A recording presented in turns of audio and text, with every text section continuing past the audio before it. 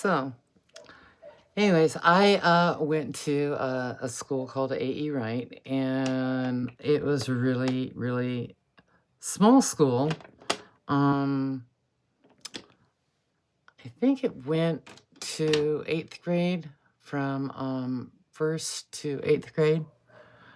Anyways, I don't even know if we had kindergarten. No, we did. I remember I went to kindergarten at a place called Egremont. And then I went to 1st grade in Meadow Oaks, which was a private school in Calabasas. And then I went to A.E. Wright.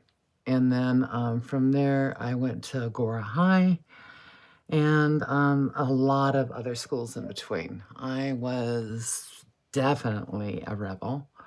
I attest a lot of that to my dear old mom. She was definitely a rebel too. So was my dad. So I got a lot of that rebellish in me. That's okay. I mean, why not, right? So, as I said, it was really a wonderful mix of kids. So, my parents were kind of nouveau riche hippies. My father had invented something for the Apollo, and it was called the glove cable, and it was able to have different heat conductors going through the same cable on the same area.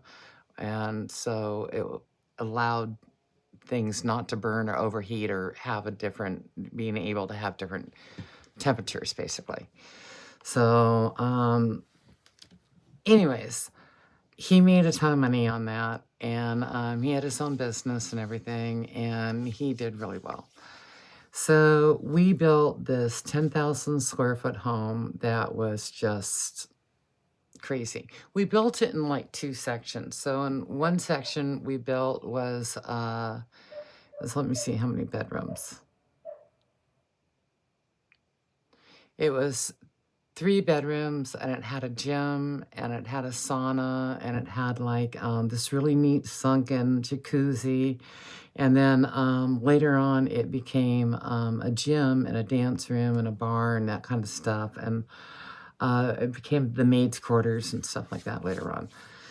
So, anyways, it was kind of crazy living in this like cabin. But I remember one of the most beautiful things I remember about it was, first of all, the deer. When you drove up, there were fake deer there in the bushes. Ooh. And then we had this big fence. And then we had this beautiful grapevine. It was, I loved it. It was